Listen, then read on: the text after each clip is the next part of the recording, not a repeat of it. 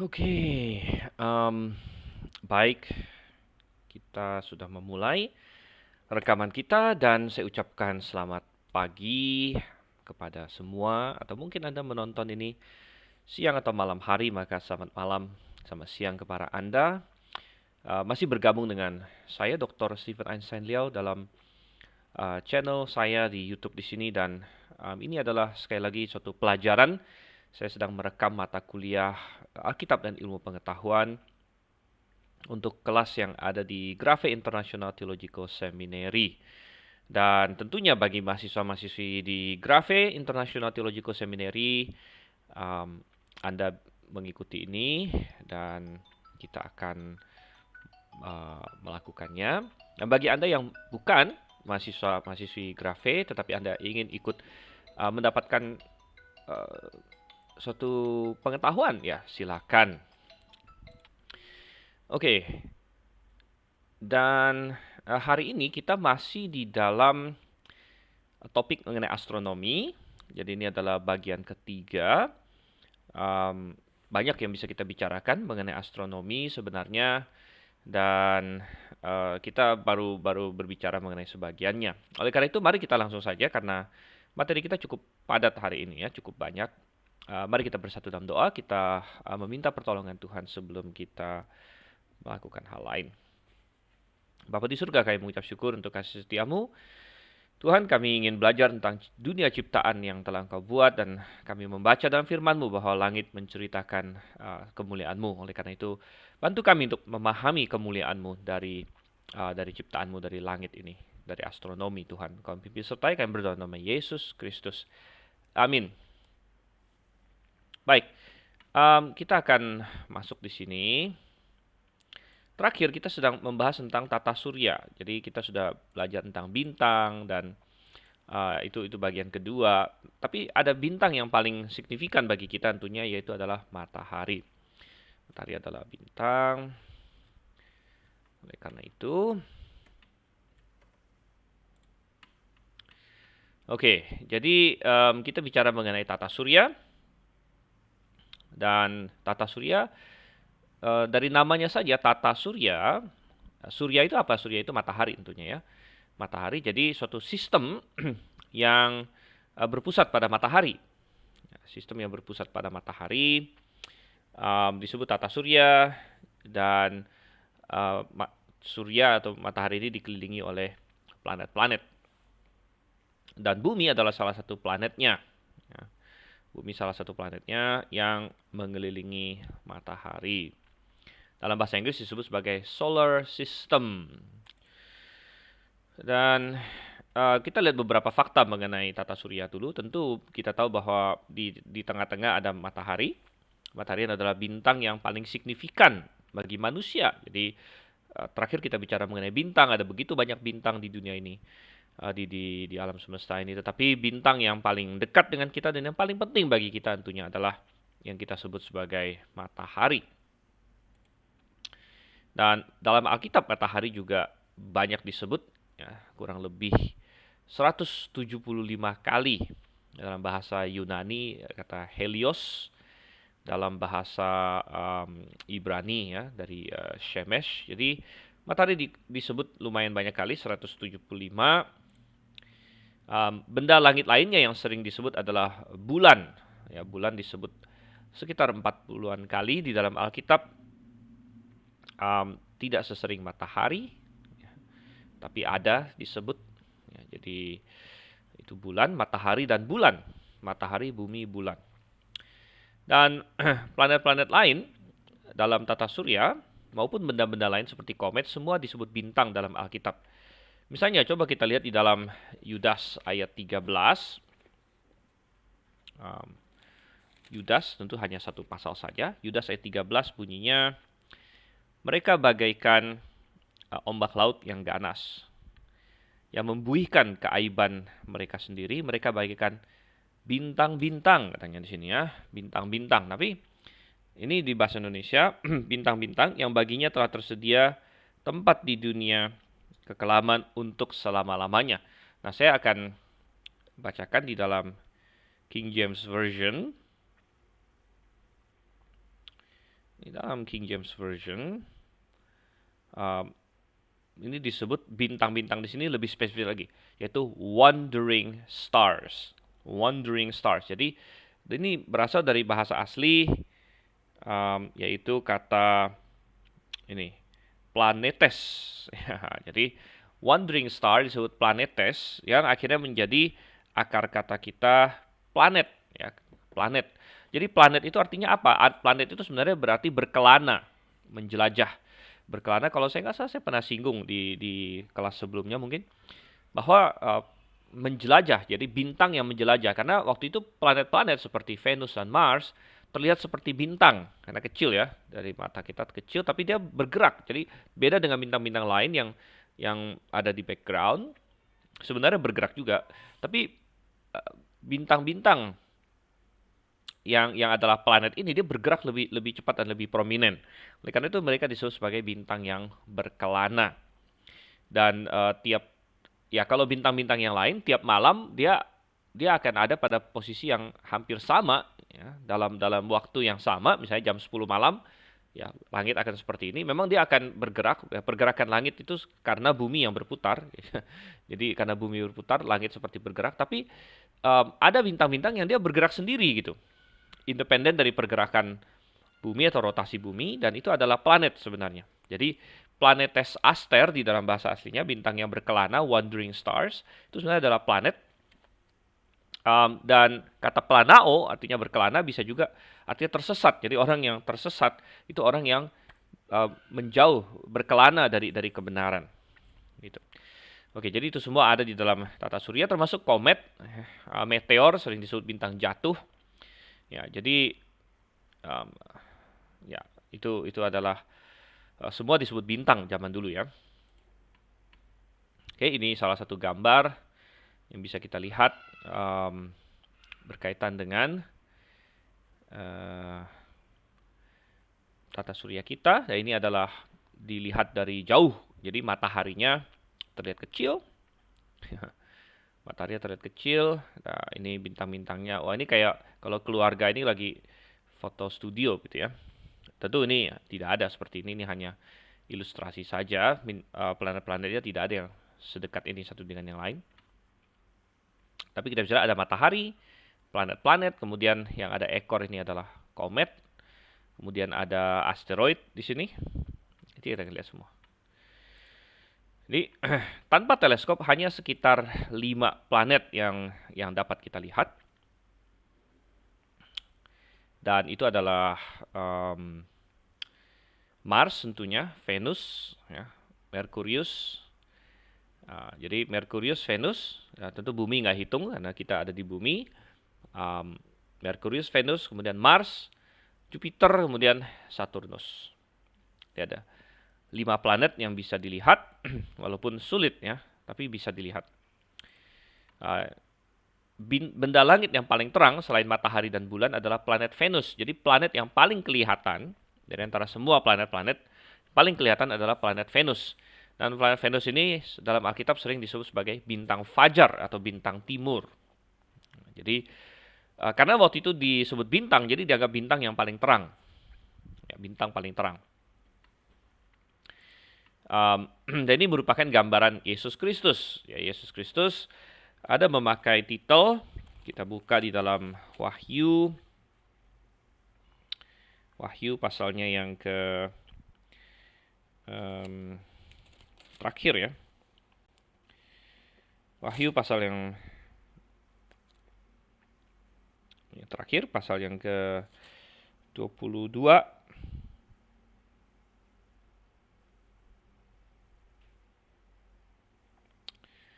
Oke. Ayatnya yang ke 16 di sini.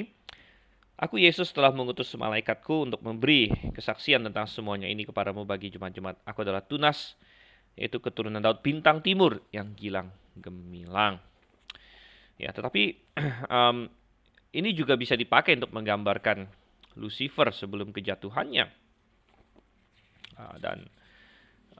Jadi dia juga bisa disebut sebagai bintang fajar di situ ya, terutama di dalam Yesaya kalau saya tidak salah. Yesaya pasal 14.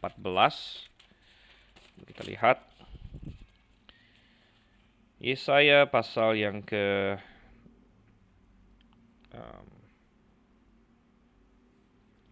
14 dari ayat 12. Kita lihat di situ.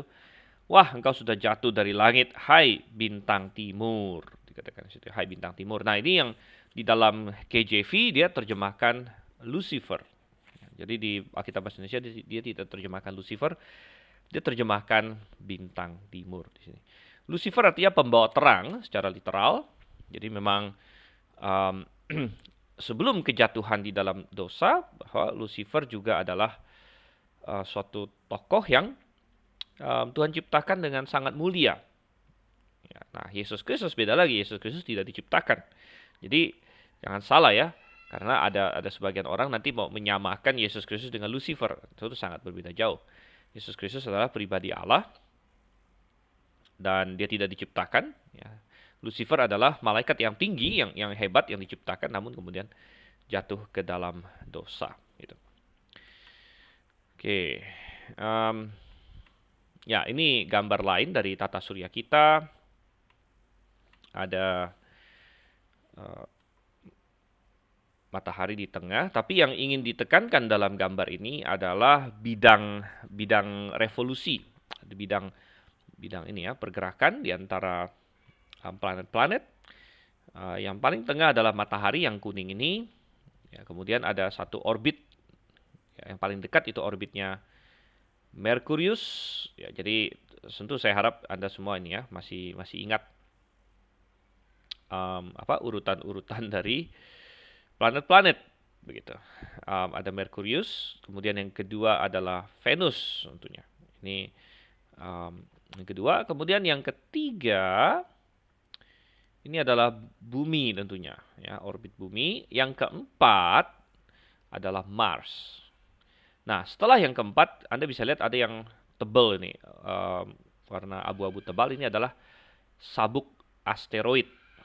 Jadi ada sabuk asteroid di sini, bukan planet tapi semacam ya ada kayak sabuk ya, penuh dengan batu-batu sebenarnya ya, dari yang kecil, batunya ada yang kecil-kecil, banyak sekali yang kecil-kecil, tapi ada juga yang besar-besar sampai berkilometer-kilometer besarnya. Oke. Nah, kemudian setelah itu adalah gas-gas raksasa. Ini sudah yang di luar. Dan itu dimulai dari planet yang paling besar dari antara semuanya, yaitu Jupiter. Ini adalah orbit Jupiter. Kemudian setelah itu ada Saturnus. Saturnus adalah planet yang paling banyak punya cincin. Jadi ada beberapa lain punya cincin, tapi yang paling banyak adalah Saturnus. Kemudian habis itu ada Uranus. Uranus duluan ya, Uranus. Kemudian raksasa gas yang terakhir adalah Neptunus. Nah, kemudian ada satu di sini, ini Pluto. Jadi ini masih gambaran yang lama ketika Pluto masih dianggap planet. Sekarang Pluto tidak dianggap planet lagi ya. Tapi kita bisa melihat bahwa bidang pergerakan Pluto agak sedikit lebih nyentrik. Di mana semua yang lain pergerakannya, bidangnya, derajatnya hampir sama ya. Ada variasi-variasi sedikit.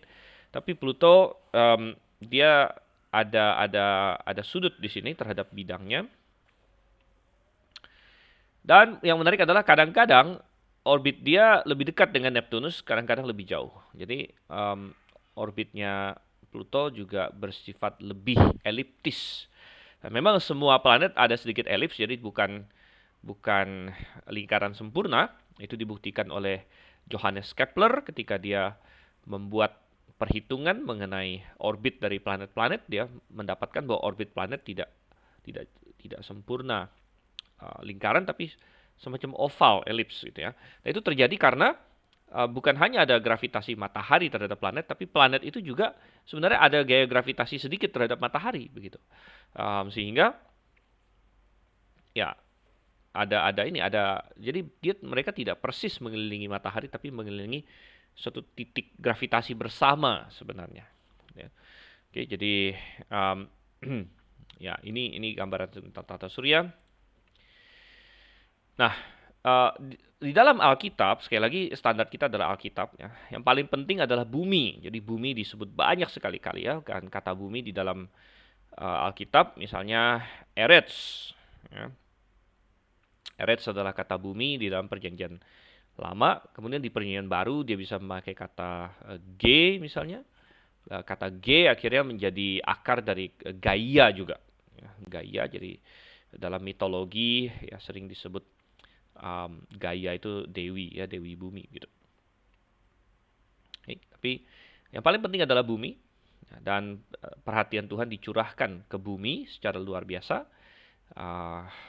Di yang lalu saya sudah tunjukkan video bagaimana ada begitu banyak bintang ya, bermiliar-miliar, bukan miliar lagi ya, kita bilang apa, habis miliar, triliun, kuadriliun, kuntiliun, sekstiliun mungkin, bahkan bisa jadi lebih ya, bintang, tetapi perhatian Tuhan ditujukan pada bumi. Mengapa? Karena di bumilah dia menaruh ciptaannya yang paling penting, yaitu manusia, puncak ciptaannya di hari ke-6. Oke, jadi bumi adalah pusat teologis. Lalu ada matahari, ya, lalu kemudian baru bulan. Jadi bumi dulu paling penting, kemudian matahari, kemudian baru bulan, kemudian baru bintang-bintang sebenarnya. Nah, ini terbalik dengan konsep evolusi bahwa matahari ada duluan, baru planet-planet, lalu bulan gitu. Di dalam Alkitab bumi ada duluan. Ya, pada mulanya Allah menciptakan langit dan bumi. Jadi bumi ada duluan, diciptakan duluan. Matahari baru diciptakan pada hari yang keempat. Dan saya rasa Tuhan sengaja melakukan itu. Salah satu penyembahan berhala yang paling banyak beredar dari zaman-zaman dulu adalah penyembahan matahari. Bangsa Mesir menyembah matahari dengan dewa Ra misalnya, dan masih banyak lagi yang lain. Sampai ke belum lama ini, bahkan di dunia modern ya, dulu ya, saya nggak tahu sekarang ya, mungkin sekarang juga masih di Jepang ada penyembahan matahari ya, kaisar mereka dianggap sebagai titisan dari dewa matahari dan lain sebagainya. Jadi banyak sekali penyembahan matahari. Ada juga penyembahan bulan, jadi bidat-bidat bulan ya, moon cults, itu ada terjadi ya, tetapi ya itu semua adalah ciptaan, dan Tuhan sengaja menciptakan matahari dan bulan dan bintang pada hari keempat, ya, bukan hari pertama, untuk menunjukkan bahwa mereka sekunder terhadap Sang Pencipta, ya, jangankan terhadap Sang Pencipta, terhadap bumi saja mereka belakangan. Ya. Jadi ini sudah sangat bertentangan dengan konsep evolusi. Kalau Anda mengaku diri orang Kristen, Anda sebenarnya tidak punya opsi untuk bisa berkata, saya juga percaya evolusi. Tidak bisa, karena evolusi itu bertentangan 180 derajat dengan Alkitab dalam banyak hal. Bahkan dalam urutan penciptaan, Anda bisa lihat di hari ketiga, dikatakan Tuhan ciptakan tumbuh-tumbuhan, belum ciptakan matahari. Wah, itu tidak masuk akal dalam benak seorang evolusionis. Bagaimana bisa ada tumbuhan dulu, baru kemudian ada matahari. Gitu. Ya. Ya, jadi ini yang tadi kita bilang, mungkin Tuhan sengaja menciptakan matahari, bulan, dan bintang pada hari keempat untuk menunjukkan bahwa mereka bukanlah yang nomor satu, bukan yang paling penting. Dan nanti di Yerusalem baru, kita membaca di kitab Wahyu, Tuhan berkata bahwa tidak akan diperlukan lagi matahari. Ya, jadi tidak akan diperlukan lagi matahari nanti di Yerusalem baru. Oke, saya pindah sebentar ya, ini saya tempat kamera saya. Ya, dan ya, kita lanjut ya. Sekarang kita lihat matahari.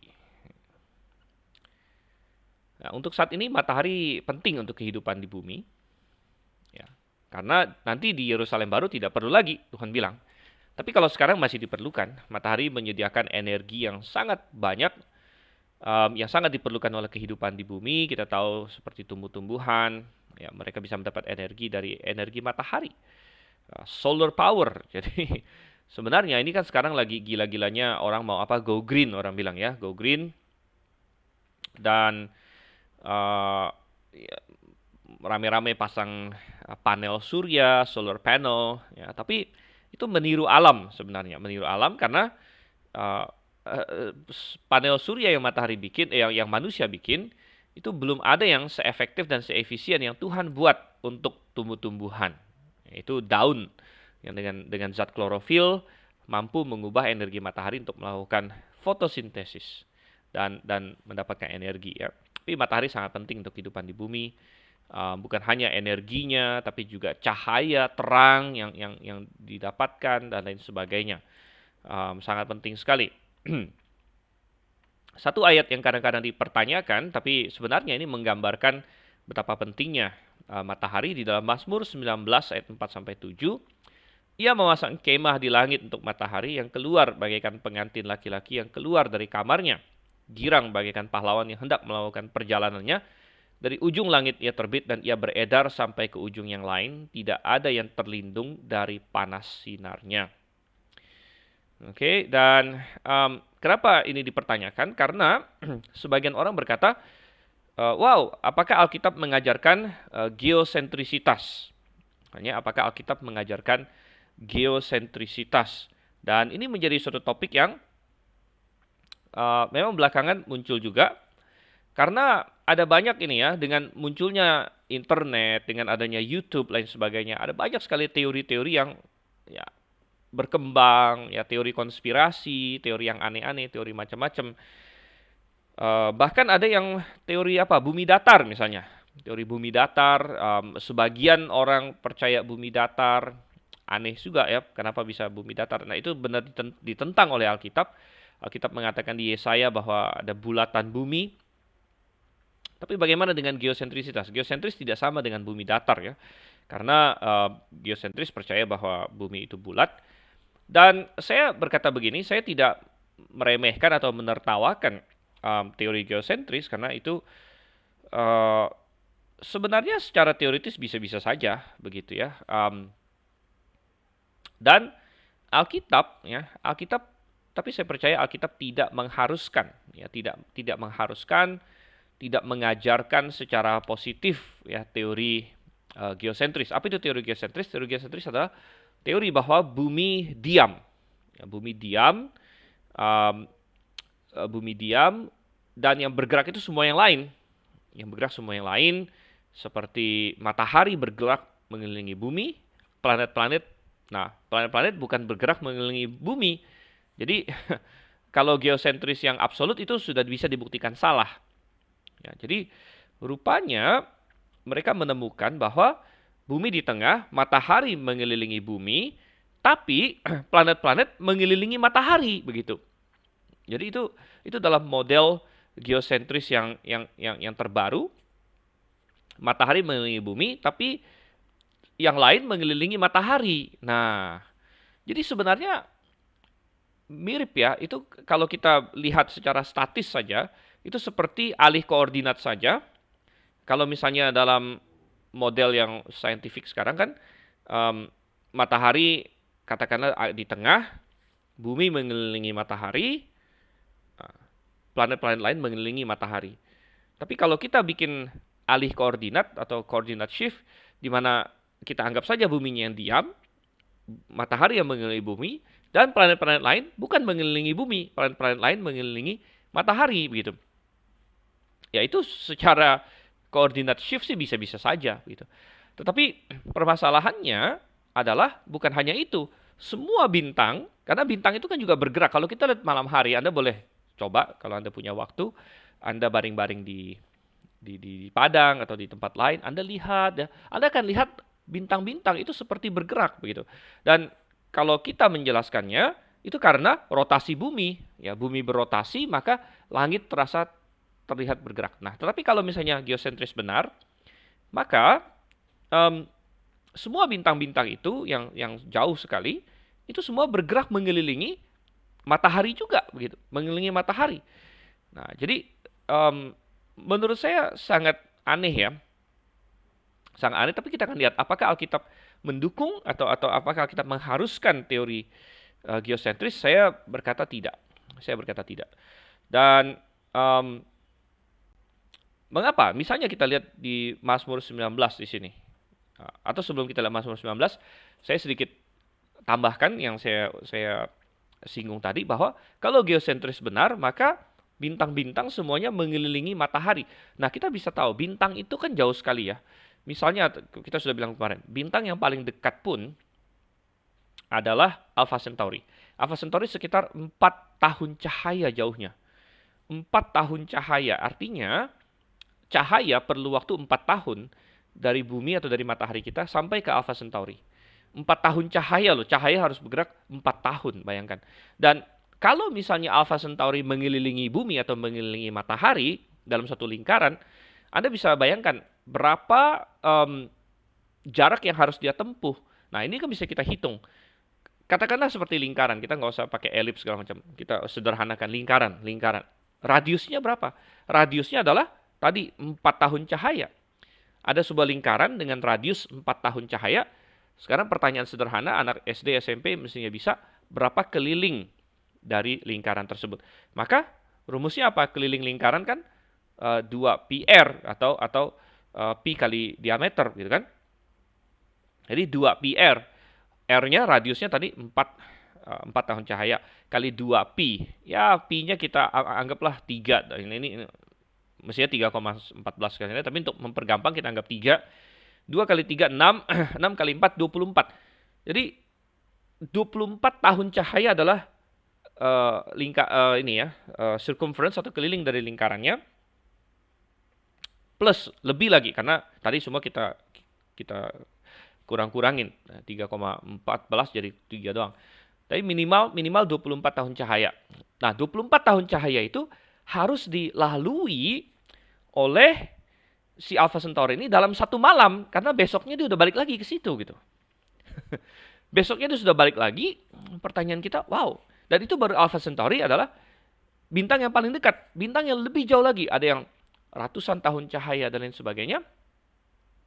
Bagaimana semuanya bisa bergerak mengelilingi matahari dan bumi dalam waktu satu malam. Dalam satu hari mereka keliling semua.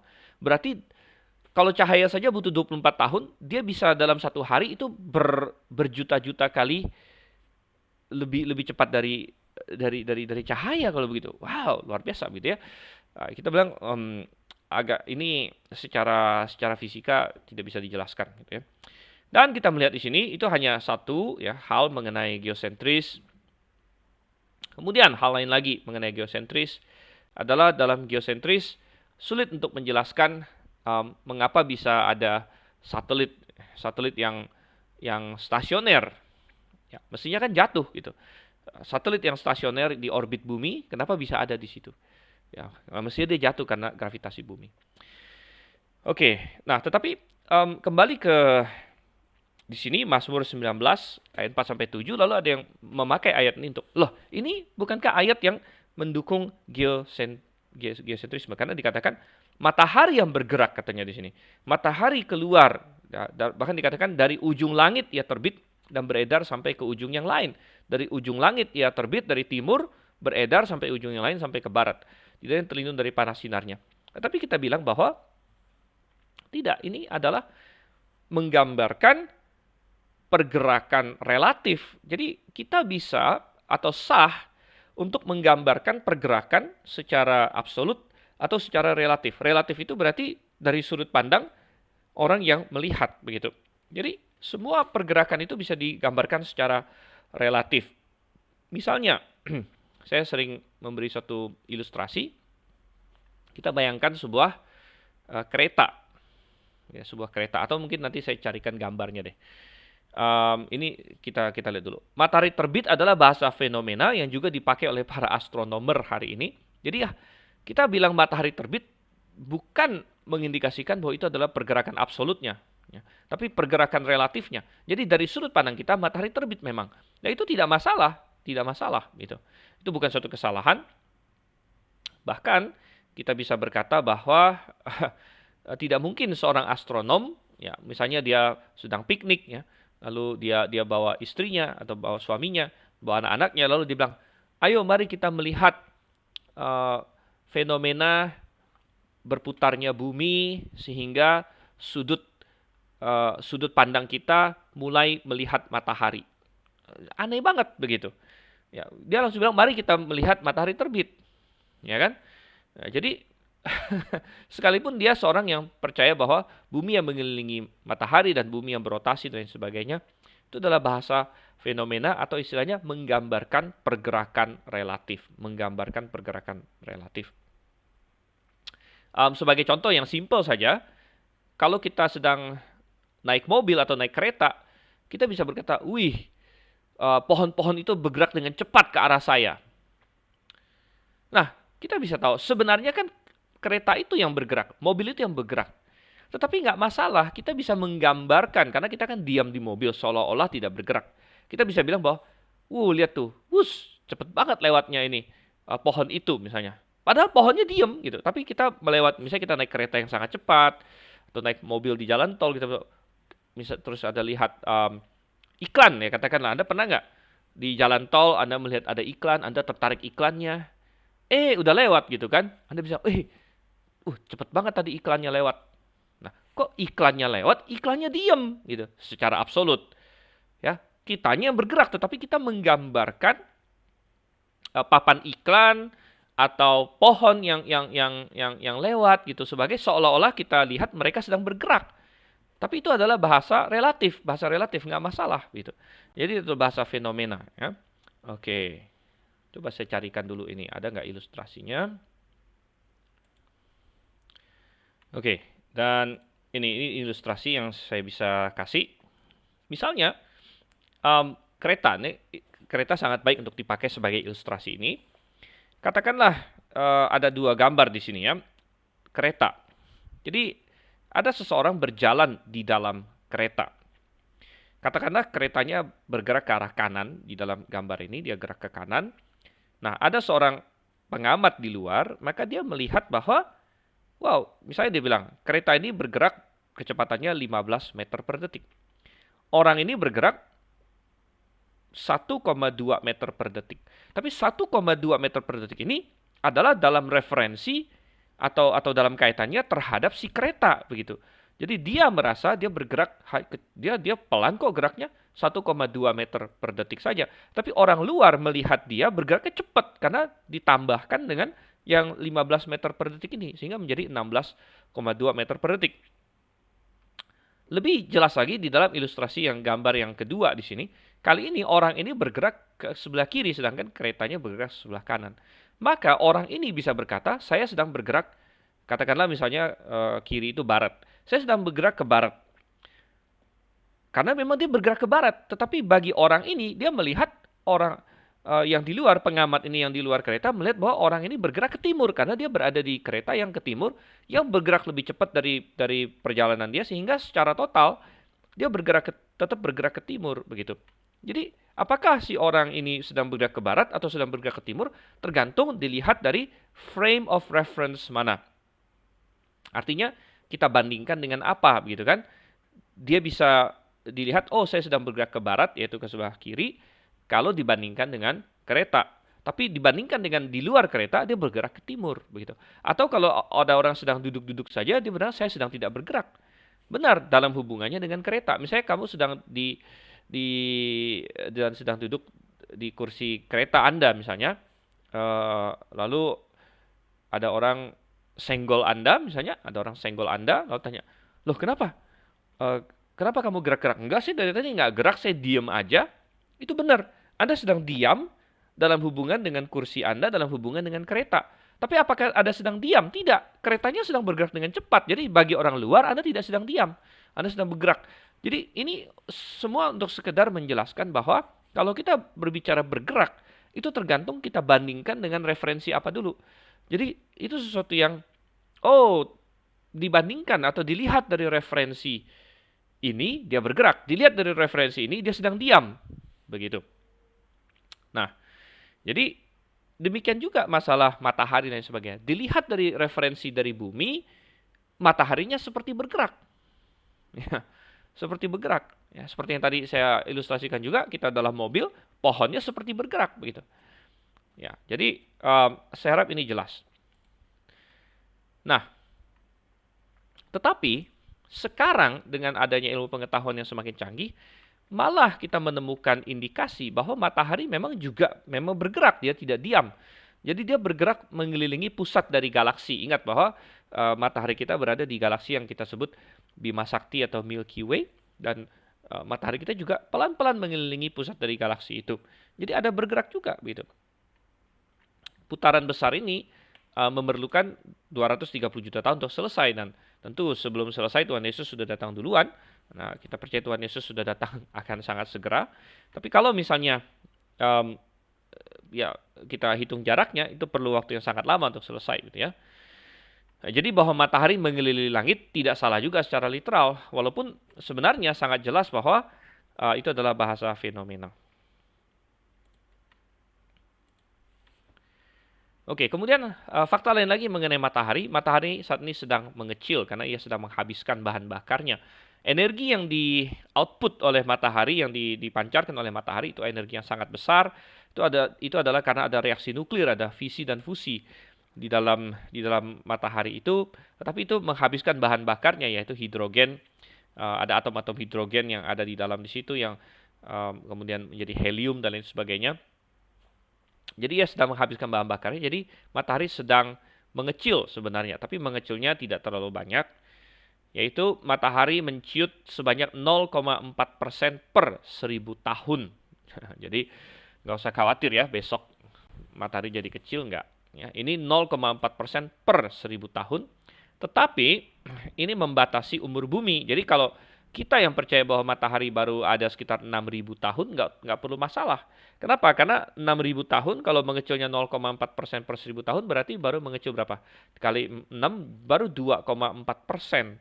Nggak masalah. Tapi kalau misalnya dikatakan umur bumi sudah sekian miliar tahun, ini menjadi masalah.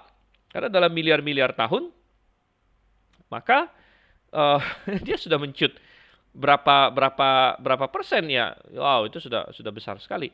Bahkan dengan rate ini atau laju ini 250.000 tahun yang lalu saja matahari 2 kali lebih besar dari sekarang. Yang pasti terlalu panas untuk kehidupan. Bahkan kalau kita tarik balik lagi 30 juta tahun yang lalu, kalau rate-nya sama, lajunya sama, 30 juta tahun yang lalu mestinya matahari sudah menyentuh bumi bahkan. Jadi ini adalah masalah bagi kaum evolusionis yang percaya bahwa bumi kita ini sudah berumur 5 miliar tahun atau 4 miliar tahun. Wah, itu udah jauh sekali ya. Oke. Ini juga fakta yang menarik mengenai matahari. Kemudian sekarang planet dan bulan ya. Ada 5 planet yang terlihat mata, tadi sudah kita bahas, dan ada 9 planet secara tradisional sampai Pluto. Planet terbaru adalah Eris. Eris baru ditemukan tahun 2005, tapi akhirnya belakangan ini Pluto dan Eris secara resmi dikategorikan bukan lagi sebagai planet, melainkan dwarf planet, planet kecil atau planet kurcaci. Planet kurcaci. Jadi sekarang dianggap ada 8 planet. Ini adalah masalah klasifikasi aja ya. Ini nggak terlalu penting sih. Dulu Eris disebut planet ke-10 ya. Tapi akhirnya jadi dwarf planet. Dan planet ada berbagai jenis, ada yang padat. Jadi yang di dalam itu padat semua, Merkurius, tadi Venus, Bumi, Mars itu planet. Ada yang gas, tadi saya bilang gas raksasa seperti Jupiter. Ada yang punya atmosfer, ada yang tidak. Rotasinya juga berbeda-beda. Dan itu semua adalah, wah ini agak sedikit nih ya, agak error ininya.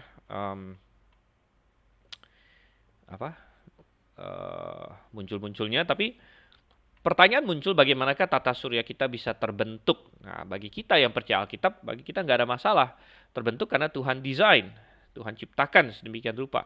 Tuhan ciptakan pertama bumi, kemudian habis itu Tuhan ciptakan, ya setelah itu di hari keempat ada matahari, bulan, bintang-bintang, dan termasuk dalam bintang-bintang itu segala asteroid, meteor, komet, dan lain sebagainya semua. Tapi kaum evolusionis, dia harus bertanya bagaimana muncul tata surya begitu ya. Ada berbagai teori yang mereka munculkan, misalnya nebular hypothesis atau disebut juga dust cloud hypothesis. Ada planetesimal hypothesis, ada tidal hypothesis, segala macam. Inti pengajaran evolusionis adalah bahwa semuanya terjadi secara kebetulan. Kita akan lihat sedikit mengenai beberapa di antara mereka.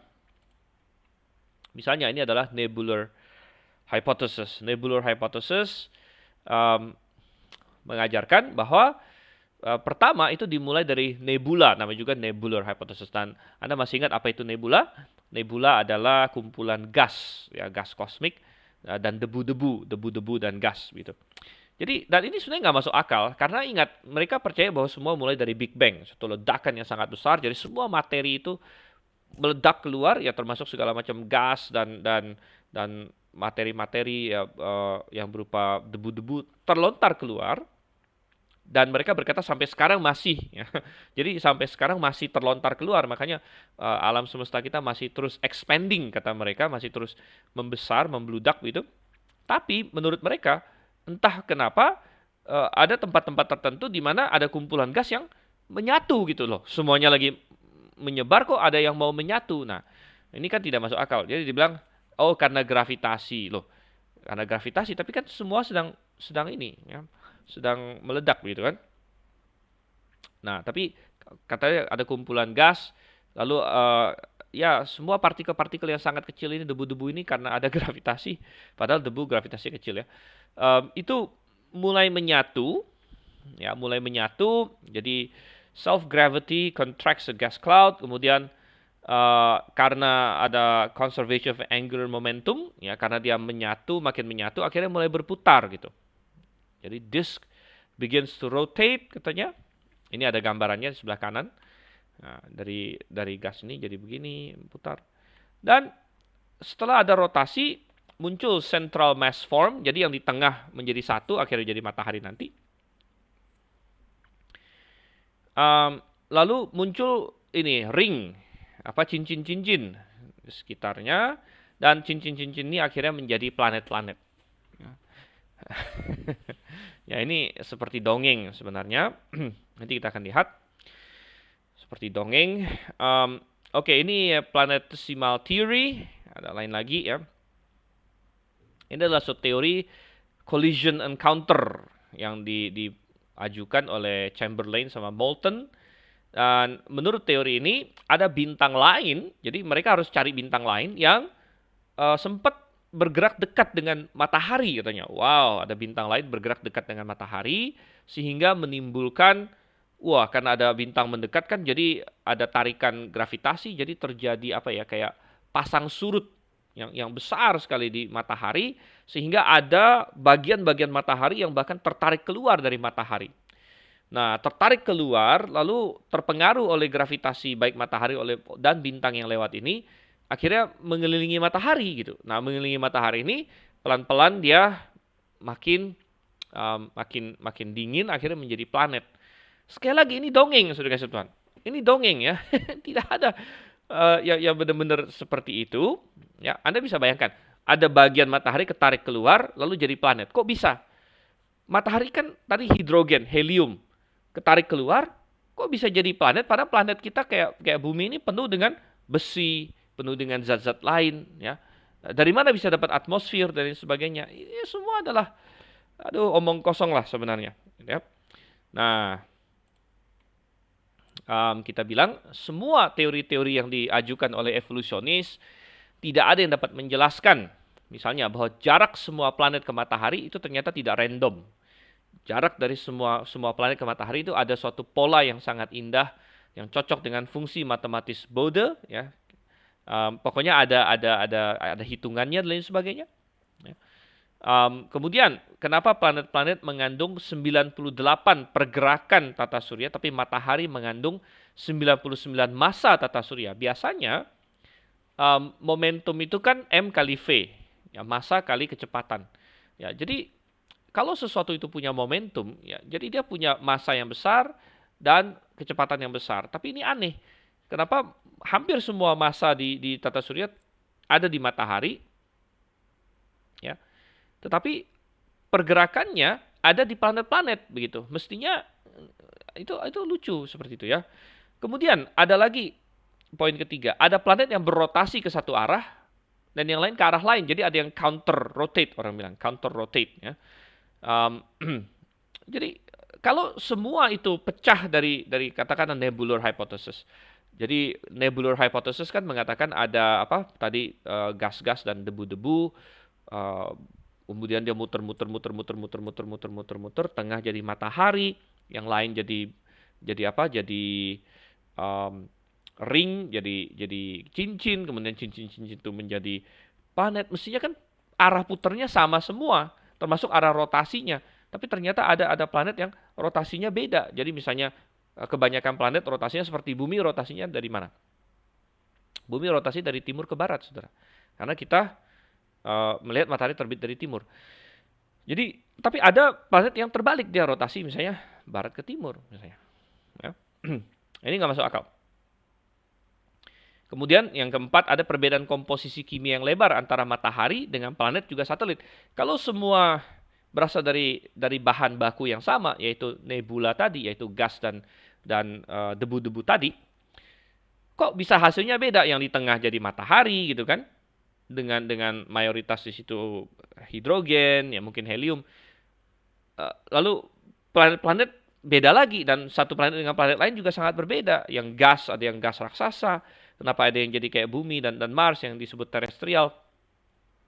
Ini semua hal yang sangat tidak masuk akal. Ini adalah dongeng, ini adalah isapan jempol, saudara Tuhan. Jadi kacau sekali ya. Oke, dari planet sekarang kita masuk ke bulan. Bulan adalah benda penerang kecil yang Allah ciptakan. Ada benda penerang besar, benda penerang kecil. Ukuran dan jarak bulan adalah ukuran yang pas untuk mendukung kehidupan di bumi. Jadi bulan itu memberikan terang fungsinya antara lain. Itu yang Tuhan bilang, membantu manusia menghitung waktu. Ya, kita hari ini ada bulan, ada berapa bulan, ya 3 bulan, 4 bulan, menghitung waktu.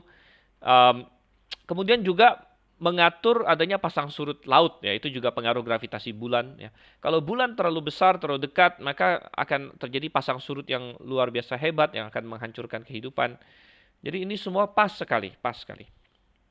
Bahkan ada satu hal yang sangat luar biasa yang tidak ada di semua planet lain di tata surya kita, yaitu perbandingan ukuran bulan banding matahari hampir sama dengan perbandingan jarak bulan matahari ke bumi. Ya, memang bulan jauh lebih kecil dari matahari. Matahari kan gede sekali, bulan kecil. Namun juga bulan jauh lebih dekat ke bumi dari matahari. Sehingga perbandingannya hampir sama. Sehingga kalau dengan mata telanjang, ukuran bulan di langit itu hampir sama dengan ukuran matahari gitu. Ukuran bulan hampir sama dengan ukuran matahari. Sehingga makanya bisa ada gerhana matahari. Apa yang terjadi dalam gerhana matahari? Bulan kebetulan bergerak di depan matahari, ya, dalam untuk orang di wilayah tertentu dia melihat bulan bergerak di depan matahari sehingga menutupi matahari secara penuh atau hampir sepenuh. Jadi itu berarti ukuran bulan dengan ukuran matahari itu hampir sama, hampir persis sama. Padahal realnya kan beda jauh. Mataharinya gede sekali, bulannya kecil sekali dibanding matahari ya. Tapi perbandingan ukurannya ini hampir sama dengan perbandingan jarak. Ya, sehingga dari bumi kelihatan seperti ukurannya sama. Dan itu juga sangat menarik. Jadi sepertinya sengaja, Tuhan bikin sengaja seperti itu supaya ada gerhana. Kalau misalnya bulan jauh lebih kecil, di langit kelihatannya nggak mungkin ada gerhana. Atau bulan jauh lebih gede, maka gerhana juga bukan hal yang ajaib lagi, di mana pelan-pelan seperti menghilang begitu. Oke, itu bulan ya. Pembelajaran akan bulan memberitahu kita bahwa bumi dan bulan tidak berusia jutaan tahun.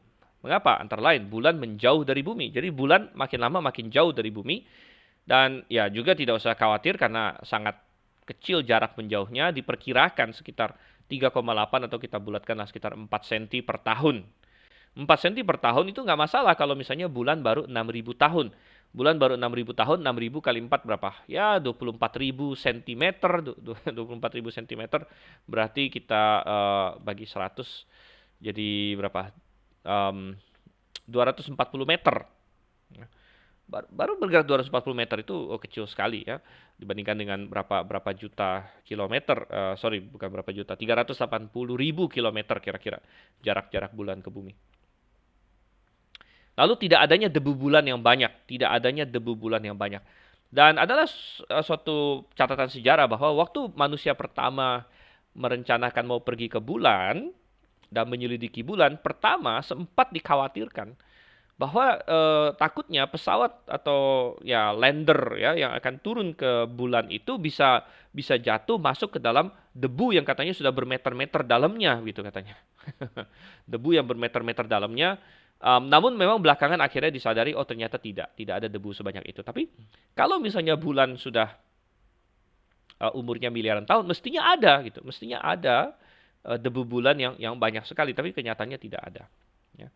Kemudian bulan banyak mengandung isotop ya, isotop uranium-236 dan thorium-230 yang memiliki waktu paruh relatif pendek. Ya, jadi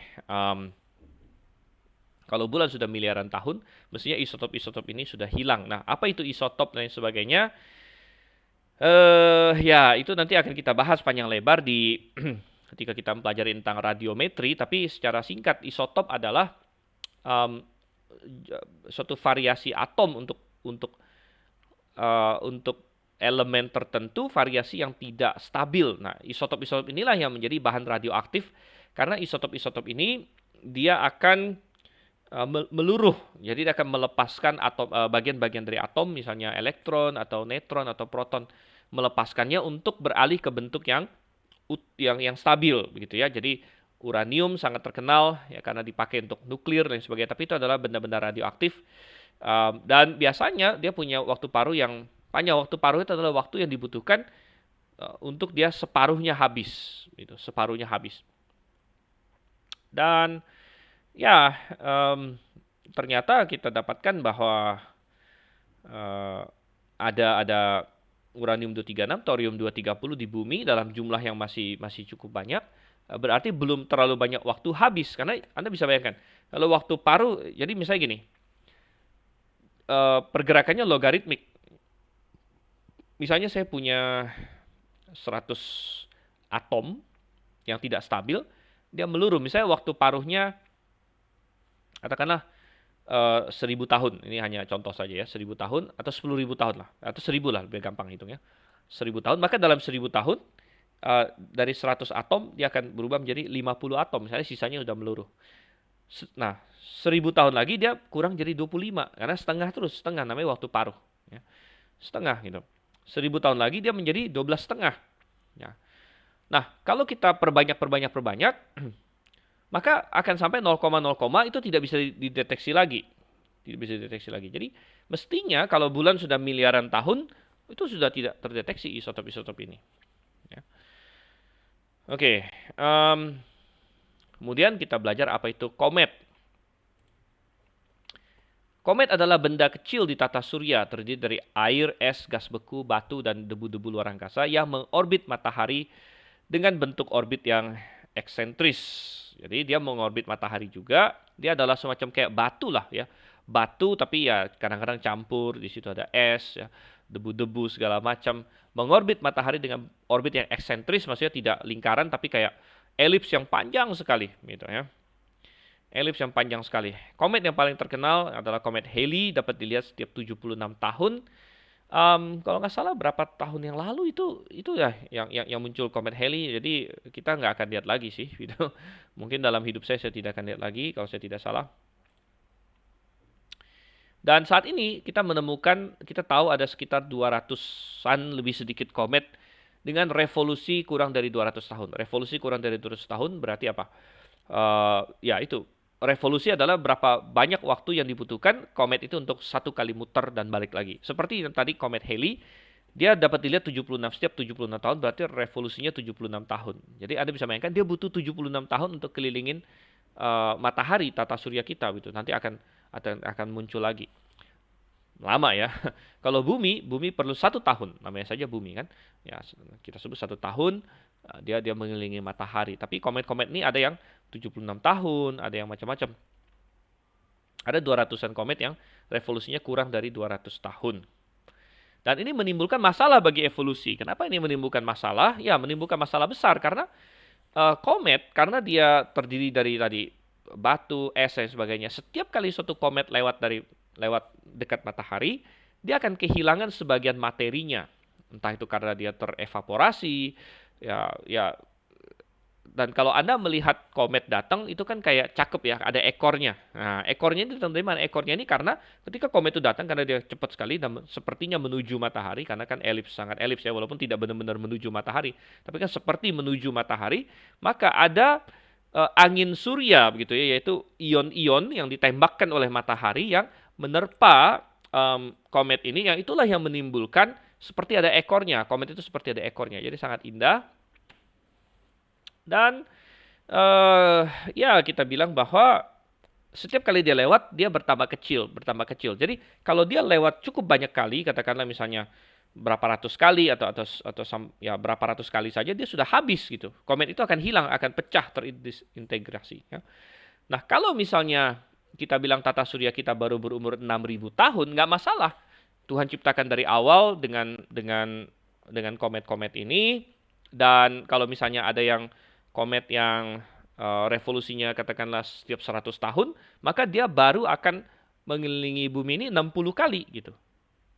Mengelilingi matahari 60 kali. Karena apa? Ya kan baru sekitar 6.000 tahun tata surya kita. Dia baru keliling 60 kali, nggak masalah, masih ada, kometnya masih eksis. Tapi kalau misalnya Anda bayangkan tata surya kita sudah berapa miliar tahun? Katakanlah 5 miliar tahun. Kalau ada komet yang revolusinya di bawah 200 tahun, katakanlah 100 tahun, berarti dia sudah memuterin matahari berapa kali? Ya, tinggal 5 miliar dibagi 100 tahun. Wah, itu berarti sudah 50 juta kali. 50 juta kali sudah habis dia, nggak sampai 50 juta kali. Berapa ribu kali saja sudah habis komet itu gitu. Jadi mestinya kalau tata surya kita itu 5 miliar tahun, mestinya tidak ada lagi komet. Kometnya sudah habis semua. Jadi ini menjadi masalah bagi evolusionis. Ya. Dan akhirnya mereka mencoba untuk membuat teori. Ya. Mereka mencoba buat teori bahwa ada pabrik komet di pinggir tata surya yang mereka kasih nama Oort Cloud di sini. Oort Cloud ini berdasarkan nama orang juga ya. Oort itu nama orang. Jadi mereka berteori bahwa ada awan Oort Cloud di sekitar pinggiran tata surya yang menjadi pabrik komet, sehingga kalaupun komet-komet itu habis akan ada komet lain yang muncul. Jadi Oort Cloud katanya. Tapi tidak ada seorang pun yang pernah melihat Oort Cloud ini. Ini hanya murni hipotesis untuk menyelamatkan teori evolusi karena masalah yang ditimbulkan oleh komet ini. Ya, jadi tidak ada orang yang pernah melihatnya, gitu ya. Jadi benar-benar suatu spekulasi. Ya. Oke, jadi ini menjadi masalah bagi mereka. Kemudian meteoroid adalah benda padat di luar angkasa yang berukuran jauh lebih kecil dari asteroid, tapi jauh lebih besar dari atom. Jadi seperti batu-batu aja lah, batu-batu di luar angkasa, tapi jangan sampai sebesar asteroid. Ya. Maka disebut meteoroid. Ukurannya dari beberapa milimeter hingga 50 meter. Jadi sekitar, ya 50 meter kan gede ya, tapi itu masih dianggap meteor. Nah, meteor-meteor ini kalau dia bergerak dekat ke bumi, dia akan jatuh ke bumi, ditarik oleh gaya gravitasi. Dan kalau dia lumayan besar, maka akan terlihat waktu dia jatuh karena dia bergesekan dengan atmosfer bumi, menimbulkan seperti percikan api, jadi seperti yang disebut sebagai bintang jatuh. Jadi ketika memasuki atmosfer bumi menimbulkan garis lintas yang bisa terlihat, ini disebut meteor. Jadi dia baru disebut meteor ketika dia sedang jatuh ke bumi. Jadi kalau dia masih ngambang-ngambang di luar angkasa, kita tidak sebut meteor, kita sebut meteoroid. Itu harus dipahami ya. Kalau dia masih ngambang-ngambang di luar angkasa, masih muter-muter sana-sini, kita sebut meteoroid. Ketika dia mulai jatuh ke bumi dan menimbulkan garis lintas itu disebut meteor. Nah, kalau dia sudah jatuh plek sampai ke bumi, jadi tidak semuanya akan plek jatuh ke bumi karena sebagian yang kecil-kecil akan hangus terbakar di atmosfer bumi. Tapi kalau yang gede ukurannya dia akan plek jatuh ke bumi dan ketika mencapai permukaan bumi disebut meteorite. Nah, jadi ada meteoroid, meteor dan meteorite, Anda harus paham dan bedakan. Dan permukaan bumi kita telah banyak kejatuhan meteorite ini. Banyak kejatuhan meteorite. Tetapi lapisan-lapisan bumi yang lebih dalam sedikit jarang sekali mengandung meteorite. Jadi lapisan bumi kan bisa kita lihat ada lapisan apa, lapisan apa, lapisan apa. Dan lapisan yang paling atas itu penuh dengan meteorite. Lapisan yang dalam jarang sekali, jarang. Dan kita bilang, oh wajar, mungkin orang bilang wajar, namanya juga yang di atas kan yang kejatuhan gitu kan. Nah tetapi ini mengandung masalah bagi evolusionis. Karena menurut evolusionis, lapisan-lapisan ini mengindikasikan sejarah bumi. Jadi lapisan yang paling atas ini kan yang sekarang. Dulu itu lapisan yang ini katanya. Oh, ada lapisan Kambrian sekian ratus juta tahun. Ada lapisan di atasnya apalah Jurassik lah, Triasik lah, apa segala macam. Dan semua lapisan-lapisan ini menurut teori evolusi itu berlangsung jutaan tahun. Nah, kalau berlangsung jutaan tahun, mestinya juga sudah ada banyak sekali meteorite di dalamnya karena selama jutaan tahun terpapar gitu kan. Nah, kita yang lapisan paling atas ini aja sudah banyak meteorit, apalagi mestinya yang katanya bermiliar-miliar ratusan tahun di bawah itu. Nah, justru karena di bawah ini tidak ada banyak meteorit, bahkan sangat sedikit, mengindikasikan bahwa lapisan-lapisan ini tidak memerlukan jutaan tahun untuk terbentuk seperti yang diklaim oleh evolusionis. Ya. Oke, baik. Kita masuk lagi ke topik berikutnya, yaitu tentang konstelasi. Konstelasi atau apa ya, gugus bintang orang bilang ya, atau rasi bintang. Rasi bintang, constellation. Ya, ini sangat menarik. Sepanjang manusia mengamati bintang, mereka selalu mengelompokkan bintang-bintang dalam kelompok yang disebut rasi bintang atau konstelasi. Jadi bintang-bintang tertentu yang wah ini kayak deket terus kayak membuat bentuk apa gitu kan. Nah, disebut konstelasi di situ. Padahal bentuk dari konstelasi-konstelasi ini tidak juga mirip dengan nama mereka sih. Sebenarnya ada beberapa yang mungkin kita bilang agak maksa atau gimana gitu ya. Tapi um, di seluruh kebudayaan nama yang kurang lebih dipakai untuk konstelasi atau rasi-rasi ini.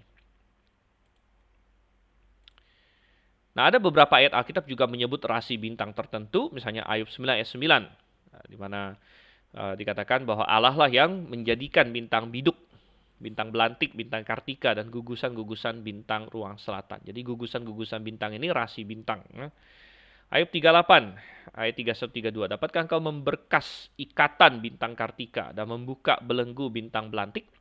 Dapatkah engkau menerbitkan mintakul buruj pada waktunya dan memimpin bintang biduk dengan pengiring-pengiringnya? Oke.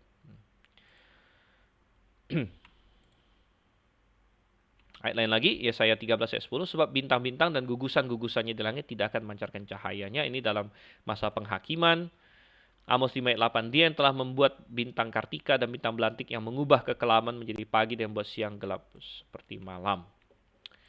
Oke, jadi karena Alkitab ada menyebut tentang gugus-gugus bintang, ya konstelasi. Nah, ini ada satu teori ya, ini teori teologis tentunya, bukan teori evolusi. Ada kemungkinan bahwa informasi tentang konstelasi jangan-jangan berasal dari Allah, dari Tuhan sendiri, ya. Tapi kita harus ingat bahwa Allah memperingatkan manusia untuk menjauhi astrologi. Apa itu astrologi? Astrologi adalah usaha untuk menentukan nasib manusia berdasarkan bintang. Dan ini ada banyak di banyak suku bangsa. Kadang-kadang dikaitkan dengan waktu lahir kita. Dan saya sebagai orang Tionghoa, saya tahu bahwa ada kepercayaan bahwa oh kamu lahir di mana ya, pada waktu apa, ya, tahun berapa, dan itu show kamu, dan apakah itu tahun air, tanah, apa segala macam, api ya, kemudian dihitung-hitung, lalu berdasarkan bintangnya apa segala macam, lalu oh mestinya nasib kamu begini. Tuhan memperingatkan manusia bahwa hal-hal seperti itu adalah kebodohan, dan versi baratnya, versi modernnya adalah horoskop, sudah nggak horoskop ya. Ya jadi akhirnya dijadikan oh kamu ini apa Virgo, Scorpio, apa Leo dan sebagainya. Wah, lalu kalau Leo bulan ini apa nasib kamu? Dan begitu banyak orang, jutaan orang tiap hari memperhatikan horoskop mereka. Memang sebagian sih main-main aja. Banyak yang serius. Dan yang main-main pun dia ya setengah main setengah serius. Artinya dianggap wah kalau bagus saya terimalah. Kalau jelek saya nggak mau terima dan sebagainya. Tapi itu semua nonsens, ya itu semua nonsens. Um, di dalam Yesaya 47 ayat 13 saya bacakan. Engkau telah payah karena banyaknya nasihat biarlah tampil dan menyelamatkan engkau orang-orang yang meneliti segala penjuru langit, yang menilik bintang-bintang dan yang pada setiap bulan baru memberitahu apa yang akan terjadi atasmu. Ini persis orang yang melihat bintang untuk menentukan nasib, untuk mengetahui masa depan, untuk bilang, bulan ini akan terjadi ini dan sebagainya. Ini persis seperti horoskop dan sebagainya. Dan Tuhan bilang itu celaka, ya celaka. Dan di Ulangan 4 juga, ya Ulangan 4, saya bacakan dulu. Ayat 14. Ya, ayat 19. Dan juga supaya jangan kau mengarahkan matamu ke langit sehingga apabila engkau melihat matahari, bulan dan bintang sedang antara langit engkau disesatkan, katanya sini ya, disesatkan untuk sujud menyembah dan beribadah kepada sekaliannya. Oke. Jadi Tuhan menyuruh kita menjauhi astrologi. Jadi kalau begitu konstelasi-konstelasi ini fungsinya apa kalau begitu? Fungsinya apa? Kenapa Tuhan bikin konstelasi? Jadi bisa saja, ini sekali lagi suatu teori, saya tidak katakan absolut. Bisa saja Allah adalah pribadi yang membuat konstelasi bintang-bintang, ya, maksudnya secara spesifik gitu ya, dan kasih namanya, dan memberitahukan namanya para manusia, tapi dikorup oleh manusia menjadi astrologi. Jadi dikorupkan oleh manusia. Biasa banyak sekali hal-hal yang buruk adalah pengkorupan dari apa yang sebenarnya bagus yang Tuhan berikan. Gitu. Jadi astrologi bisa juga salah satunya. Bintang-bintang ini bisa jadi menjadi tanda di langit bagi manusia tentang keselamatan dari Allah. Gitu, ya. Dan hari ini tidak diperlukan lagi karena sudah ada Alkitab. Jadi bintang-bintang itu kan bagian dari wahyu umum. Jadi selama wahyu khusus yaitu Alkitab belum selesai, bisa jadi Tuhan dalam ribuan tahun di mana belum ada Alkitab, ada kemungkinan Tuhan bisa saja memakai langit, memakai bintang-bintang untuk berbicara mengenai keselamatan yang akan dia berikan. Tapi yang kemudian belakangan dikorupkan manusia menjadi astrologi. Ya. Oke, ini mengulang.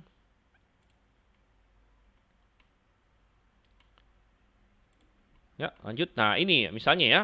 Nah, ini kan yang ini Virgo, Libra, Scorpio, Sagittarius, Capricornus, Aquarius, Pisces, Aries, Taurus, Gemini, Cancer, dan Leo. Ya. Virgo, perawan, janji benih perempuan sebagai juru selamat di kitab Kejadian. Ada benih perempuan ya, keturunan perempuan akan lahir. Libra, ini timbangan, gambarnya timbangan keadilan Allah. Jadi kenapa perlu ada keselamatan? Karena Allah maha adil dan manusia sudah jatuh dalam dosa, dosa harus dihukum. Gitu kan? Scorpio berikutnya. Scorpio kalajengking punya sengat-sengat yang akan mengenai juru selamat. Ingat bahwa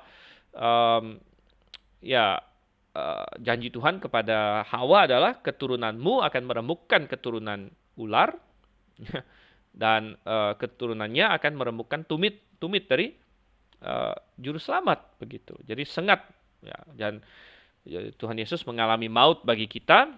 Sagittarius setengah kuda setengah manusia, ini korupsi pada umat manusia yang diciptakan menurut gambar dan rupa Allah, mengkorupsikan, membobrokkan dirinya. Capricornus, kambing dengan tubuh ikan, ini sudah kebobrokan total manusia. Aquarius, penuang air, dunia dihancurkan melalui air bah ya, dalam peristiwa Nuh. Pisces, ikan, munculnya umat Allah yang beriman, ya, yang bisa selamat dari kehancuran dunia ini. Dan kebetulan ikan juga banyak dipakai sebagai simbol orang Kristen karena iktus ya, Yesus Kristo Theohuios di situ. Dari iktus jadi banyak dijadikan lambang orang beriman. Aries, domba, Tuhan Yesus datang, pengorbanan yang tidak bersalah ya. Taurus, banteng, bangkitnya domba yang disembelih sebagai banteng yang kuat yang menang ya. Gemini, kembar, sifat dual dari sang raja. Dia 100% Allah, 100% manusia. Cancer, kepiting, pengumpulan semua orang percaya sepanjang zaman. Leo, singa, penghancuran ular oleh Raja Agung yang memerintah. Singa dari Yehuda memerintah sebagai raja. Oke, jadi ini hanya suatu teori saja. Saya tidak katakan ini absolut ya.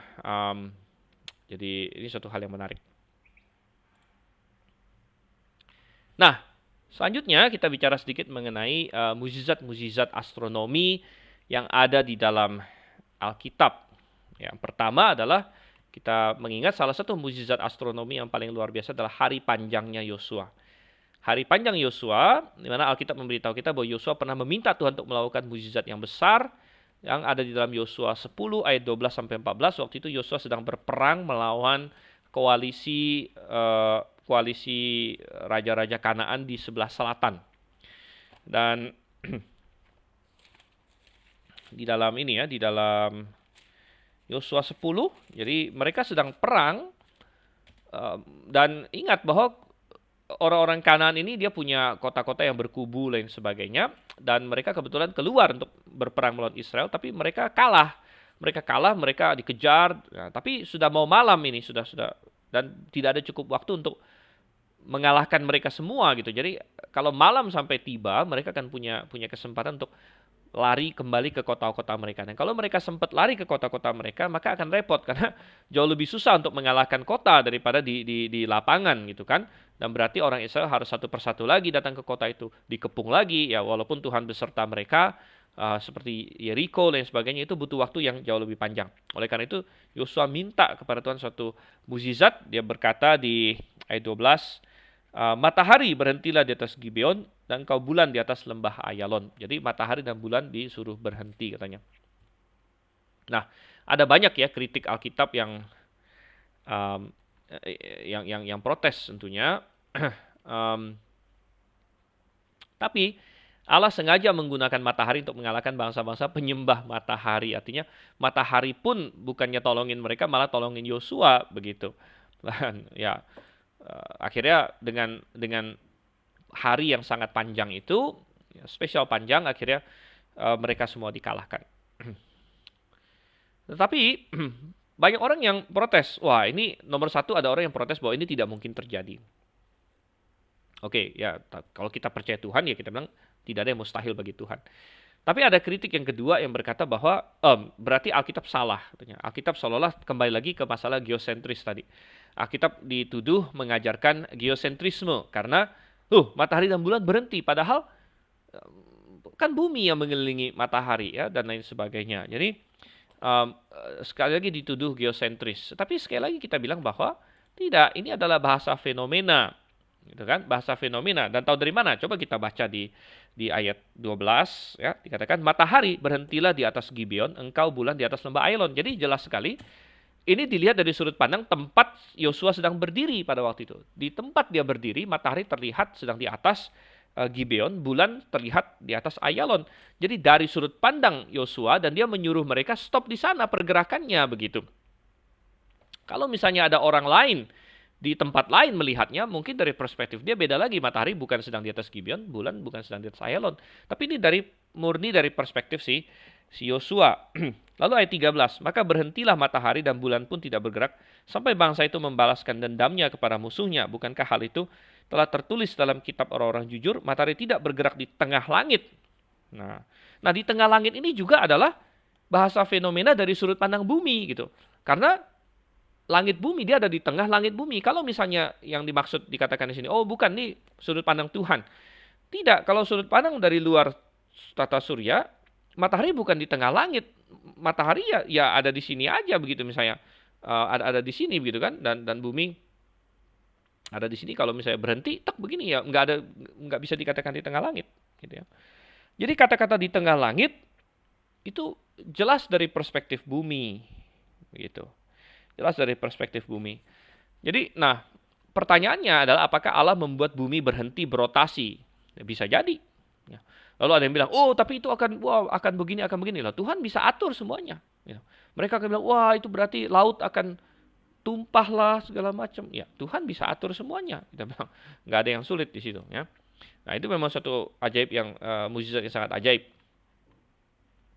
Tapi kita bilang jika ini benar, maka apakah efeknya juga dirasakan oleh manusia di bagian bumi lainnya? Nah, iya sebenarnya kalau misalnya bumi berhenti berotasi, jadi apakah bagian lain kena efek? Pasti kena dong, pasti kena karena, coba kita lihat. Tapi ada buktinya secara sejarah. Herodotus, sejarawan Yunani, mencatat bahwa ketika ia sampai di Mesir, ada catatan hieroglif yang mencatat adanya hari yang kira-kira 2 kali lebih panjang. Dan mereka bisa tahu itu karena orang Mesir punya teknologi jam air. Jadi dalam sejarah Mesir tercatat ada suatu ketika ada hari yang kira-kira 2 kali lebih panjang. Bisa jadi itu adalah pada masa Yosua itu tadi. Fernand Crombet, seorang ilmuwan Prancis, telah menerjemahkan hieroglif yang mengandung cerita tersebut. Jadi rupanya di dalam banyak sekali catatan-catatan, cerita-cerita dan mitos-mitos di berbagai bangsa yang belakangan, mereka hampir semuanya punya catatan tentang hari yang sangat panjang atau malam yang sangat panjang. Kenapa malam? Ya, kalau misalnya di tempat Yosua pagi, di tempat lain malam gitu. Jadi ada juga yang mengalami malam yang sangat panjang. Oke, kita lihat lagi. Ada legenda di Afrika Barat bahwa ada malam yang terlalu panjang karena burung hantu ketiduran dan tidak membangunkan matahari. Di Cina ada legenda bahwa pada masa pemerintahan Kaisar ke-7, Yao, matahari tidak terbenam selama 10 hari. Ini angka yang sepertinya dibesar-besarkan. Tapi selalu ada legenda itu. Ya, legenda di Amerika Utara, kaum Indian Ojibways menceritakan malam yang panjang tanpa terang. Indian Wyandot memberitahu misioneri Paul Lejeune tentang malam yang panjang. Indian Bungie dari daerah Danau Winnipeg, Kanada menceritakan tentang malam yang panjang. Malam yang panjang. Ya. Indian Dogrib Omaha Cherokee memiliki legenda tentang malam yang panjang juga. Ya, jadi, wow, ini semua ini ya sangat cocok. Di Amerika Selatan, suku-suku Indian di Meksiko ya, Chowtitlan, Quiche Maya, Aztec memiliki legenda tentang malam yang panjang yang menyebabkan orang berdebar-debar. Penduduk Pulau Lacombe, Kepulauan Fiji, dan juga Pulau Maui di Hawaii memiliki kisah tentang matahari yang hampir tenggelam tapi berhenti lama di ufuk. Gitu. Jadi ini semua menggambarkan suatu apa ya, suatu memori kolektif bahwa um, pernah ada suatu masa di mana sepertinya pergerakan benda-benda langit berhenti begitu. Ya, detil-detilnya mungkin sudah kecampur-campur, ada yang dibesar-besarkan, jadi 10 hari lah, jadi apalah tapi uh, fakta dasarnya tetap sama. Oke, kemudian mukjizat astronomi juga banyak tercatat di kitab Wahyu. Jadi berkaitan dengan eskatologi. Jadi itu adalah janji Tuhan bahwa Dia akan menggoncangkan langit, gitu ya. Dan di kitab Wahyu, dan ini kita tidak akan bahas panjang lebar karena itu di eksegesis Wahyu, akan ada bintang yang jatuh, matahari menjadi lebih gelap atau lebih terang. Pernah suatu ketika matahari dibikin lebih gelap, dipukul sepertiga. Ada juga suatu ketika matahari dibikin jauh lebih panas sampai manusia terbakar dan sebagainya. Nah, ini menggambarkan bahwa matahari sekarang itu ideal sebenarnya, tapi manusia mau menganggap itu kebetulan. Ya, wow. Jadi semua ini menunjukkan kemahakuasaan Tuhan atas alam semesta, gitu ya. Oke, nah kemudian topik terakhir sepertinya, kalau saya tidak salah, dalam slide kita akan mempelajari apakah ada ET. Nah, apa itu ET? Itu adalah ekstraterestrial. Ekstraterestrial berarti di luar bumi, ataukah makhluk di luar bumi yang kadang-kadang populer disebut sebagai alien. Wow, ada nggak alien? Dan kita hidup di kalau 2020 sekarang ini, ya kita sudah terbiasa dengan science fiction, fiksi ilmiah, di mana digambarkan ada banyak alien-alien, ya ada banyak sekali film. Dulu waktu saya masih kecil, ya yang salah satu favorit saya adalah Star Trek. Star Trek ya, jadi zaman Star Trek dan zaman saya Next Generation. Nah, mungkin kalau 10 tahun di atas saya Star Trek yang original. Ya, tapi Star Trek Next Generation ya membuat saya banyak berimajinasi waktu itu.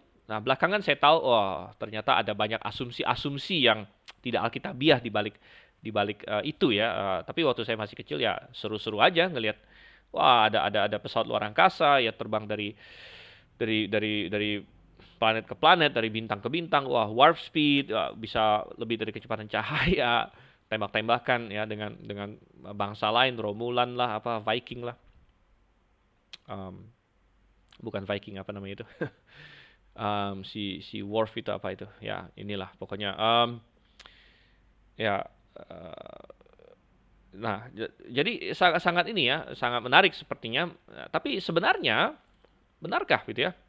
Jadi kebanyakan manusia zaman ini meyakini bahwa ada makhluk lain di alam semesta ini di luar bumi. Jadi dan kalau Anda perhatikan, wah, yang terakhir tahun 2020 ini sempat ada muncul, saya nggak tahu ada yang baca nggak di berbagai berita, mulai diperkirakan jangan-jangan ada kehidupan di Venus katanya. Anda ada baca nggak di berita? Baru berapa hari atau berapa minggu yang lalu diperkirakan ada kehidupan di Venus katanya. Wah, dulu kehidupan di Mars ya. Nanti ada kehidupan di Venus. Nanti ada lagi yang mereka incar adalah bulan-bulannya Saturnus dan bulan-bulannya Jupiter ya, seperti Titan namanya atau Io dan lain sebagainya. Jadi ada kehidupan di sana. Ada Eropa. Keyakinan ini dibumbui lebih lanjut lagi dengan entertainment populer yang saya sebut tadi, film-film, science fiction dan lain sebagainya.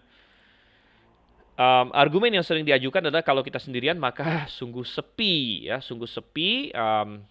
Wah, sepi sekali kalau kita sendirian ya. Oleh karena itu NASA dan juga organisasi-organisasi sains lainnya berlomba-lomba mencari kehidupan di luar sana. Ada program namanya SETI. SETI ini singkatan dari Search for Extraterrestrial Intelligence, pencarian akan intelijensi di luar bumi katanya. Nah, kenapa ada suatu obsesi yang begitu luar biasa bahwa harus ada alien, harus ada ET, extraterrestrial intelligence.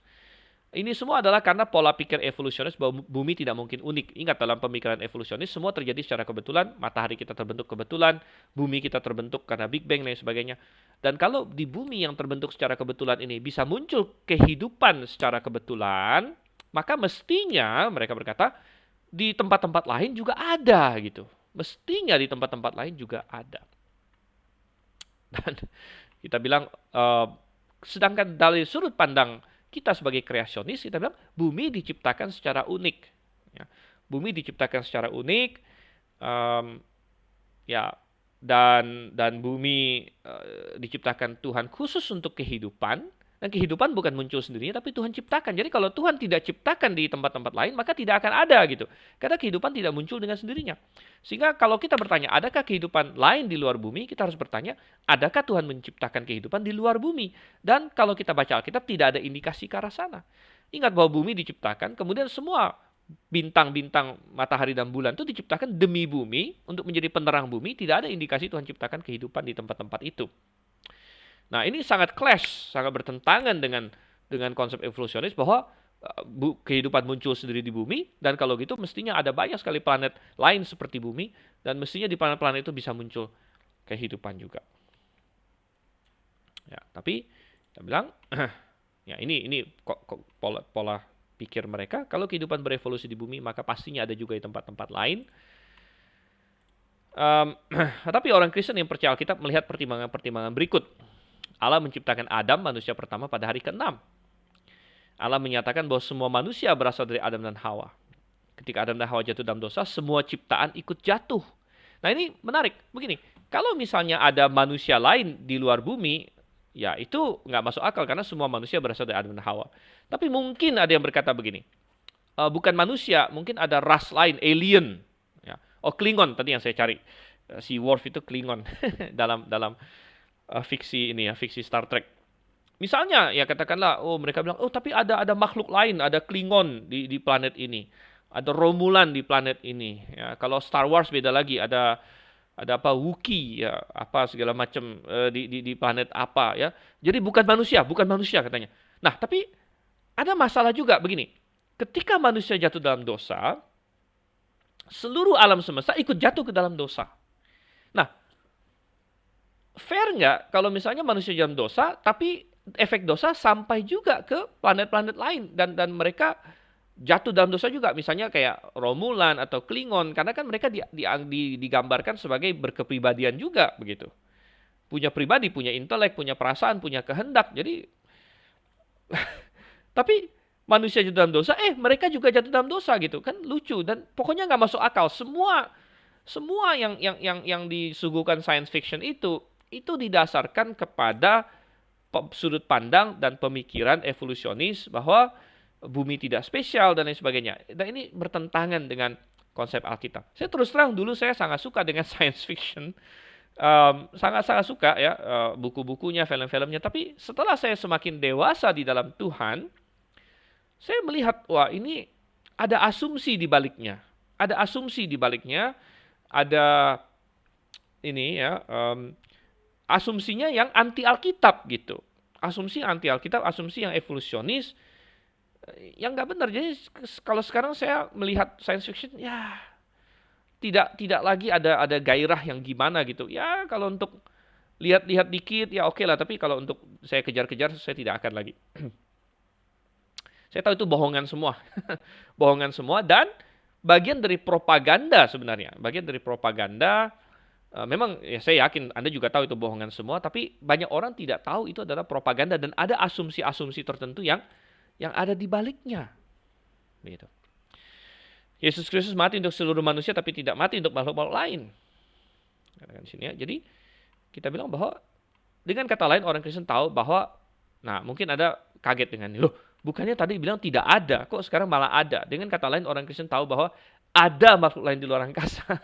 Ada saudara kasih Tuhan, yaitu malaikat-malaikat, bukan alien, bukan Klingon, bukan Romulan, bukan apa itu semua atau apalah semua, tergantung dunia mana yang Anda khayalkan gitu kan. Bukan. malaikat-malaikat. Ada makhluk lain di luar angkasa, itu malaikat. Karena itu yang Alkitab kasih tahu, bahwa adakah bentuk kehidupan lain? Kita tahu ada Allah, Tuhan, sudah pasti. Ada manusia, kemudian ada nggak makhluk lain yang punya kepribadian? Ada, yaitu malaikat. Dan malaikat adanya di mana? Malaikat disebut sebagai penguasa angkasa. Penguasa angkasa itu termasuk luar angkasa, saudara. Jadi ada malaikat-malaikat.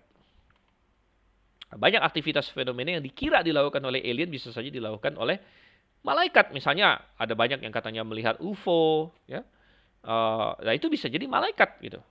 Mengenai ET seperti yang difilmkan, Alkitab memberi pandangan negatif, artinya tidak ada. Ya kalau yang dianggap seperti di science fiction, nanti kita bakal terbang ke planet mana, wah ketemu ini alien mana, ya itu tidak ada, tidak akan terjadi. Alkitab uh, ya sudut pandang Alkitab tidak ada seperti itu. Nah, usaha terkini menemukan hidup, pengiriman rover ke planet Mars, rencana eksplorasi manusia di sana. Tapi belakangan manusia sudah mulai sadar seperti Mars tidak ada ya. Dan mereka mulai berpikir mau tinggal di sana, mau kirim astronot ke sana, masih bahaya sudah dengan sesuatu. Itu bisa jadi one way ticket itu ya.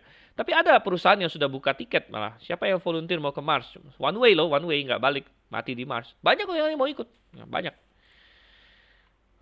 Mereka katanya ketemu air di Mars, ya tapi air saja ya, tidak berarti kehidupan.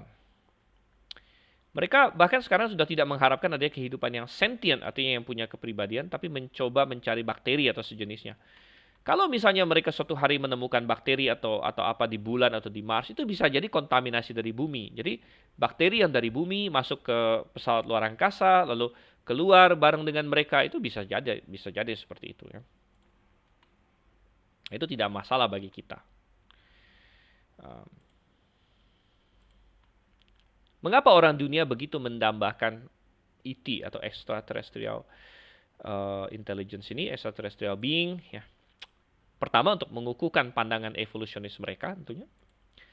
Dan kedua untuk mendapatkan makhluk yang lebih tinggi yang bisa mengajari berbagai hal kepada manusia. Jadi selalu seringkali digambarkan alien itu punya teknologi yang lebih canggih, sudah lebih maju dan lain sebagainya. Mereka punya masyarakat yang lebih sempurna. Sebenarnya itu adalah dambaan hati manusia.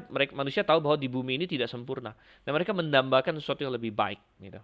Nah, mestinya mendambakan sesuatu yang lebih baik itu kepada Tuhan. Ya. Nah, jadi, tapi mereka manusia sekuler menggantikan Allah dengan ET ini. Ya. Mestinya mereka mendambakan Tuhan datang, mengubah dunia ini menjadi kerajaan milenium. Mereka tidak punya pengharapan itu. Jadi mereka berharap ada alien yang bisa menunjukkan cara ini menjadi masyarakat yang lebih baik, ya, teknologi yang lebih baik, dan lain sebagainya. Nah, itu sangat disayangkan. Oke, jadi sekilas ini kita, tetapi saya ingin tunjukkan suatu video. Coba kita lihat ya. Ada video apa ini? Oke, tentang kespesialan bumi di sini ya.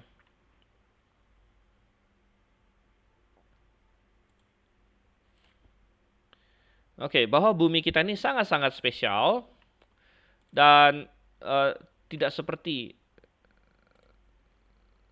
ada nggak?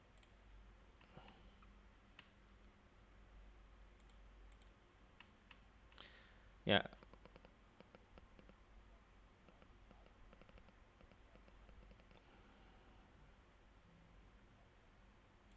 Oke, jadi dalam video ini dia menggambarkan bahwa bumi itu sangat spesial, ada begitu banyak faktor yang membuat bumi spesial, itu jelas-jelas didesain begitu. Misalnya yang pertama adalah situasi planet kita yang adalah planet nomor 3, dilindungi oleh Jupiter sebagai yang paling besar, itu seperti semacam pelindung kita, jadi kayak semacam perisai di mana menghalangi asteroid-asteroid, komet-komet yang terlalu besar menghantam bumi, karena banyak yang hantam si Jupiter.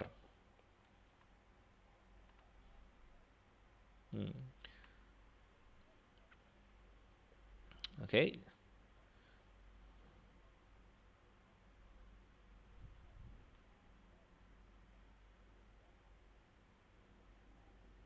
Ya, ada contohnya, yaitu di tahun 94 ada suatu komet yang pecah menjadi 21 bagian, namun ya akhirnya kena tarik oleh gravitasi Jupiter.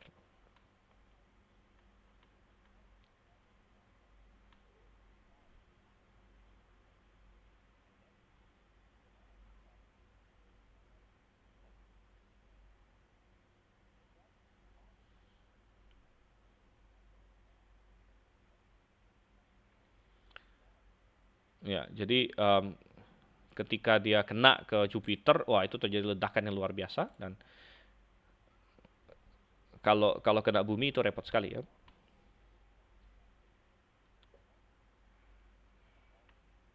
Oke, ini sangat menarik bahwa bumi perbandingan ukurannya ke bulan, ya bulan kita perbandingan ukuran ke bumi itu paling besar di antara sebuah planet lain yang punya bulan.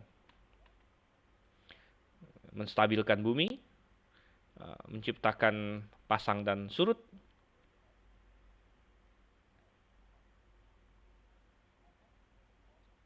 Nah, atmosfer kita ya, ya bisa menjamin hidup manusia dengan kadar oksigen yang persis. Planet yang punya punya tanah, ya bukan gas. Hmm.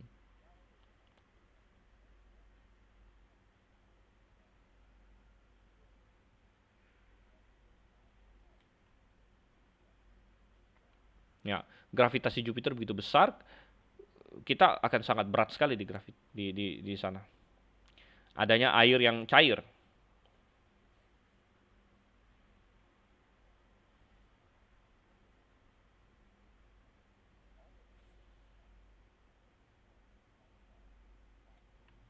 Dari semua faktor ini satu saja yang tidak ada kehidupan di bumi.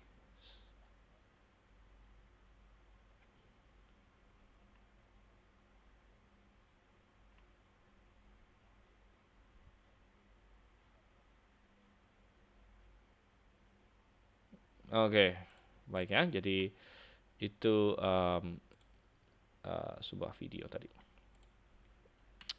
Oke, baik. Saya akan tinggal sampai di sini. Astronomi kita selesai dan uh, ya selanjutnya nanti mungkin di GITS kita akan mid test sebelum kita masuk ke topik-topik selanjutnya ya. Oke, mari kita berdoa. Terima kasih Tuhan untuk kasih setia pada kami. Kau sertai supaya kami bisa paham dan bisa menjelaskan pada orang lain dan iman kami semakin dikokohkan ketika kami mempelajari ilmu pengetahuan yang sebenarnya adalah mempelajari wahyu umum yang Engkau berikan pada kami. Pimpin kami Tuhan, kami berdoa dalam nama Yesus Kristus. Amin. Baik, sampai di sini Maranatha.